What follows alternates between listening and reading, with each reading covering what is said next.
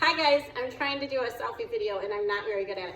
So this is my friend Melissa, and I asked her the other day if she wanted some kefir grains to make some kefir, and she's like, I don't know anything about it. I don't know how to do that. So I'm going to show her today how easy it is. Okay, so Melissa's here and I'm going to show her how easy it is to make my dairy kefir. So this I did yesterday. I'll show you what I did, but this basically is what it looks like when it's done. See how it's kind of thick? Mm-hmm. So I'm going to strain this out into where I'm going to keep the kefir. So I'm going to go over here, put this in the sink, and I'm going to strain it slowly.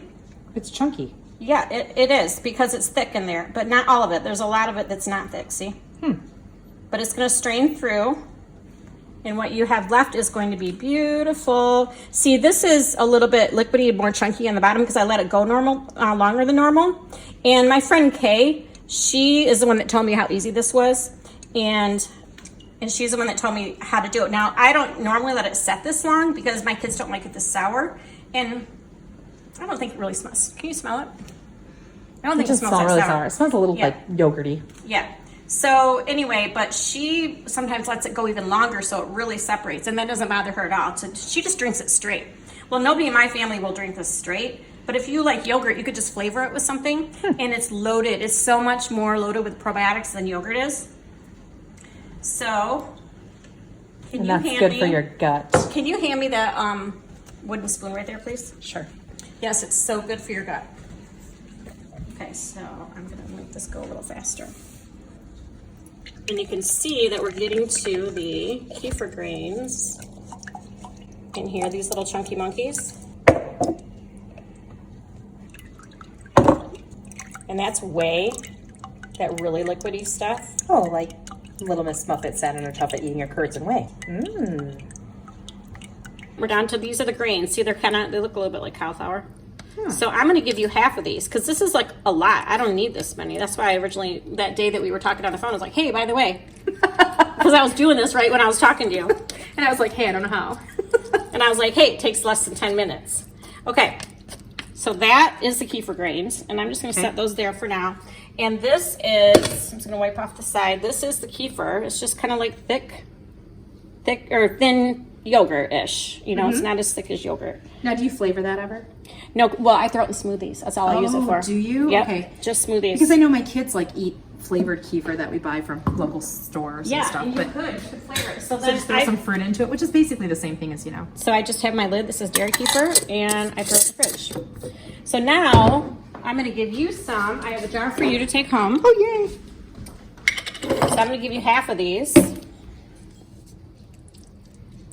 And then I'm going to put them in raw milk, and that's just how you store them. Now, what I should do, though, actually, is I'll put enough in here for you to make, like, a batch.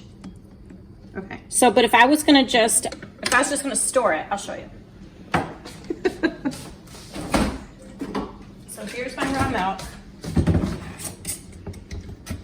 And if I was going to store it, I would just put, like that much, just to cover it. And you set it in the refrigerator for a week, and it's fine until you want to use it again. Okay. But if I want to make it, I would fill it up. You have to give it more stuff to process? Just because you want more when you make it. So now when you go home, what do I do with your lid? Here it is. When you go home, set it like this. Like, don't put the lid all the way on, just set it there. Okay. You might actually, you know what? Never mind. Do what I do. So like cheesecloth or something I could even use? I take a coffee filter with a rubber band and just set it like that. Oh, cute. And then like overnight. So then when I'm done, I use this jar again. Like, I'll put my lid just in the drawer. Then when I'm ready to just like store it again, I'll just put the lid on and put it in the fridge. Okay. But for overnight, you want it in some place that's kind of warm. So I'm putting the lid on this now so you don't spill it on the way home. And then when you get home, just put like a coffee filter on it and then let it sit overnight, and then you'll have kefir. And strain it like I showed you. That's so cool. And you can make a new batch like every day. Yeah, as much as you want. My friend Kay does. She makes it almost every day, I think. Okay, so here's my next question. If I run out of raw milk because my children drink it all, can you use pasteurized I don't think milk? you should switch back and forth. Okay. Yeah, I don't think So so. stick with your raw. All right, so now let me show you. Okay. Go ahead. Okay, so the other half, I put in my little jar to store it. And I'm just, like I showed you, I'm just covering the grains, and I have a little thing already that says kefir grains. And I'm just gonna put this in the fridge until next week, unless I want to make it sooner. So I've got some kefir already what I do in here. And I'll probably make some smoothies with this tomorrow. I have a recipe for my superfood smoothies. Have you ever seen that? Is that the one with the... It's loaded. Beer? Oh yeah, it has a little bit of everything. Yeah, and you don't have to, it's just whatever you have on hand. I just show people like in a perfect all world. the stuff you can put in there. In a perfect world, I'll just throw it all in there, yeah. Right. So, and then, you know, say in a couple days if the smoothies are gone, I'll probably just whip up some more kefir. And you just put it out overnight and let it ferment. Right. And do its thing. Yeah. Wow. Yeah, and then the way that you know, I should have shown you, maybe I did. The way that you know that it's done is it just kind of gets kind of like gloopy. That's like the best way I can explain it. So it's like paper mache. Like gloopy, just like you know how when you tip a jar and it's milk and it just kind of all just goes? Yeah. Well, with this when it's done, it just kind of, some of it goes and some of it just kind of gloops. Okay. No, it's okay. It's good. I get it. It's like when your milk expired. Right, exactly. Like when it goes. Do you get your milk from the same place I do? Is Success? No, okay. we get it from a place up in Newaygo. Oh, okay, got it. So that's how easy it is. That's Isn't pretty that easy. Awesome. That's pretty easy. Okay, now next I'm going to show you about my sourdough. You can take a picture. Okay, hold on just a sec. Go. Okay, so I have 2 sourdough starters because I'm always so paranoid that someone's going to throw out my starter.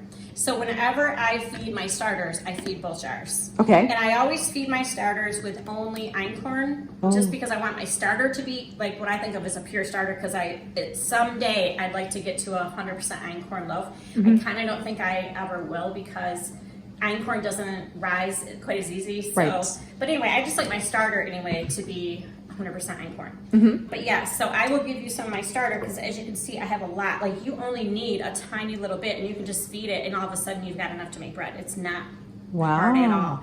And so I don't know if I have a video about this yet or not, but what I'll do is I'll just feed it real quick just to show you how easy it is. And then let's see, I'll do the one that has less because I'll give you some out of this one before you go home.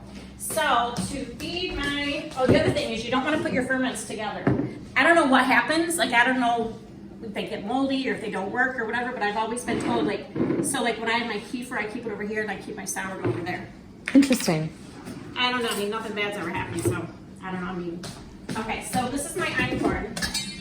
And I want you to watch how scientific and professional this is and how you have to be so precise. Wow, you put in some then some more. See how precise I am? Right?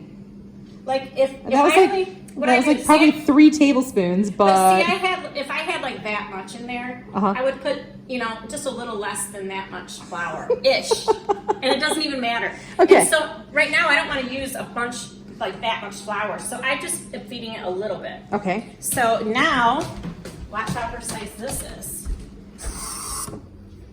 You put about that much water. It honestly doesn't matter because as you stir, you're going to see, like my dirty dishes in there. As you stir, like I can see that it needs a little more. It's kind of thick because you want it to be like a thick pancake batter. Okay. And remind me of the other one, I want you to smell it. I think it smells amazing. It smells like, I don't know how to describe it, like just alive. Maybe you'll have a word to describe it. We'll see. Okay, so I just stir it until it's a nice thick pancake batter. You want to like hold it up and show us what that is? What the consistency is? Like just kind of gloopy. So it doesn't have to be like super That's that word again. So it doesn't have to be super smooth or anything either. Nah. Okay. Nope, it's so free. I don't weigh anything anymore. I used to like weigh the amount of this wasn't that. I'm getting my lids confused. I used to weigh like how much flour, how much water. Now with this, I don't cover it with, I could, but I don't. For this, I just kind of set it like this on the counter. Okay. On the table. Not seal it though. No, I won't seal it because it's just sitting there. It's going to ferment. Since I just fed it, I'll probably leave it there until before bed, and then I'll throw it in the fridge. Now So a few hours? That. Oh my gosh. Doesn't that smell alive and wonderful? It smells like really good beer. And now, I know. You know what? Like it is really good beer. because it's fermented. Right, and I don't even like beer. So now look, this one you can see I named it. This one's Carla, and I tell this story in my sourdough post about how I had this starter that I was like playing with all through COVID, and I remember this. I finally got it, so it was giving me some rise. It still wasn't doing great, but I was getting there. Then I went on vacation, came home, and could not find it anywhere. And like if you leave it, that's another thing I should tell you. If you forget like to feed it every week, you'll open it and it might not, it might smell kind of funky, and the top layer might be kind of thick and look a little bit moldy. And so you just peel that layer off and throw it in the trash, and then pour what's left into a new jar. And like, I try not to get the hard stuff on the edges. Right. And then feed it again, and you're done. It's fine. Really? Yeah. Kay says the same thing, by the way, about the kefir. She's left it before for a long time, and what she does is she just gives it a lot of milk to store it in the fridge while she's gone. She'll just give it like, I don't know what she told me, like almost a full half gallon, just so it's got enough to eat on, right, if she's gone like for an extended vacation. So with this though, I mean, it's really best with this and the kefir to feed it every week. Well, that's how sourdough got started anyway, is they had, you know, the Westerners who were going out west to San Francisco, it spoiled on the Oregon Trail, and so that's what gave us the sourdough flavor, is they had to use the yeast, and they had to take their starters because the bread had to come from, you know, the East Coast, and they had to go all the way to the West Coast. So when they were out in the sun and they, you know, they didn't have there was not a lot of good things happening on the Oregon Trail. So, you know, that's how sourdough got its taste, is that soured flavor. Really? I never knew that. Yep, it's from the yeast actually spoiling. Teacher, you. I know, right? Okay, so this is the one I just fed, right? Which one did I just feed? You just fed Carla. Yeah, are you sure? Yeah. Okay, yeah, this one's still got the bubbles in it because, okay, so I'm going to give you a little bit of this because I had more of this. So let me find you another jar. Because you don't want to use plastic, obviously. Oh no, I don't even think I want to use plastic. Yuck. So then, when you make bread, I have a little recipe on my blog on my sourdough post. You have to search online for like kitchen cop easiest sourdough or something like that. And then it shows you how to adapt any recipe to sourdough. And so it doesn't matter what it is. We'll just take away a cup of the flour that the recipe calls for and a half a cup of the liquid the recipe calls for every 1 cup of starter that you add. Wow, okay. That's all you do. Okay. So you can adapt. So you just any compensate recipe for the starter, the volume of the starter. Right, but the whole secret that I didn't know, and this is why my sourdough bread flopped forever, and all this is in my post. I tell the whole long story if you want to read it. I also have jump links for people who don't want to read everything. They just give me the recipe, whatever. Right. So what happened was I realized so the rest of the story, so Kent threw away my starter, and I was so sad because I had worked so hard. And so then I thought, you know, I'm just going to try to start it again. And so I just started it, and I was just giving it extra feedings. And I was like, oh my gosh, this is so active because I'm giving it extra feedings. Like, first I went through the steps. There's like steps from the very beginning to start it. You can like 10 days, you can get your own. Right. And but then after that, I'm like, I bet I can get this going again faster if I just feed it more. And that worked. And so I realized that if I'm going to make bread, if I want it really active and really bubbly and give me a good rise that I want, it all comes down to just giving it extra feedings. It makes it so if you easy. want it to grow, you feed it more. Exactly. They're like toddlers. Your teacher again. So basically what I do is say I wanted to make bread tomorrow. Then tonight I would take out some of my starter and put it in a bowl with some all-purpose flour or bread flour, whatever you want. Make a pancake batter again, texture with it, cover it and let it sit overnight. And in the morning I would do it again. Just add some more flour. Doesn't really even matter how much. Just feed it some, add a little water. That's early in the morning, and then like late morning I'd make my bread. And using the recipe I told So you. you're literally just adding water and flour. No salt, no sugar, no... Well, when you make your recipe, you do all that. Okay. Like later in the morning when it's time to make So your bread. this is for expanding a starter. This is just so you get your starter so that you don't need any yeast. Oh, okay. So that's how you know if you go to the store and you buy bread, and if it's sourdough bread and it says yeast in the ingredients, and it's not really a sourdough. Right, it's not fermented. So I don't use yeast that I would use for a yeast bread when I'm making sourdough, because my sourdough starter is my leavening.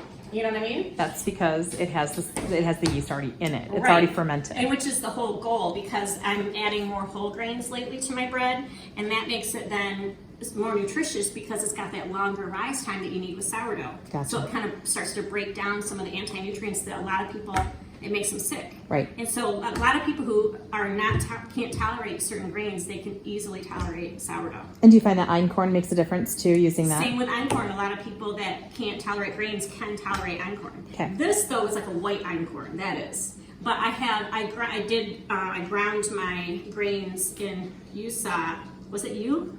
No, it was somebody else who caught me. I accidentally last week, I got this grain that still had the husks on it. Oh, Yeah. And I'm like, why is this taking so long? that'll give you a little extra fiber. Yeah. So I have, And so I get it all ground up and I'm like, oh my gosh, this is a ton of grain.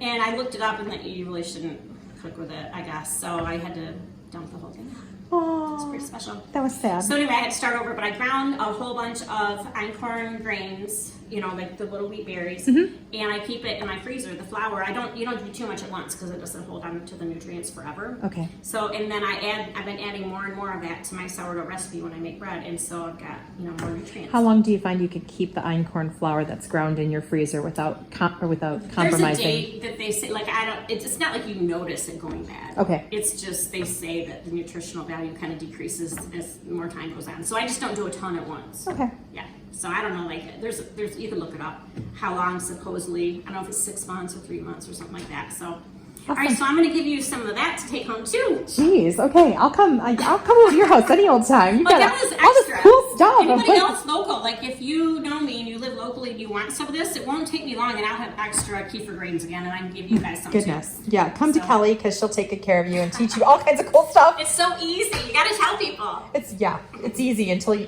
well, if you don't know it, it's not easy. Yeah. So thank you. I Yeah, appreciate it. 'Cause sure. now I know some stuff. Thanks for coming over today. So because I was filming you and everything and trying to make sure that you were all on the screen, just do a quick recap of how I would make my actual bread. So I work during the week. So Yeah. you told me Friday morning I would start by. Okay. So normally I would start Friday night because I've got so much starter. And a lot of people don't even use a whole cup of starter for their bread. But I've just gotten used to doing that because I have it in my head that 1 cup of starter means you take out any recipe, 1 cup of flour and a half a cup of liquid. And I have that whole recipe in my blog post, so you don't have to remember that. Okay. But that's just why I've always used a cup of starter in my recipes. And like I said, a lot of people say you don't need that much. But so here's your starter you're taking home. So because it's not a ton, what I would have you do is start a little earlier than the night before because you want to beef it up a little and get enough starter so you have about a cup. So Friday morning, Okay. you're Before going to work. take, pardon? Before work. Before work, it'll take you probably 45 seconds. Okay. Take half of this out and put it in a glass bowl on your counter and feed it like I showed you. Just give it about as much that you take out Water and flour. of flour and then add water just to get the thick pancake. Okay. Just let it and cover it loosely and let it sit on your counter. Okay. And what you could even do when you get home from school, do it again. Okay. Before bed, do it again. All right. The next morning, do it again. And Wow. by then, you're going to have lots. Okay. And it's going to be beautiful and bubbly and it's going to smell so good.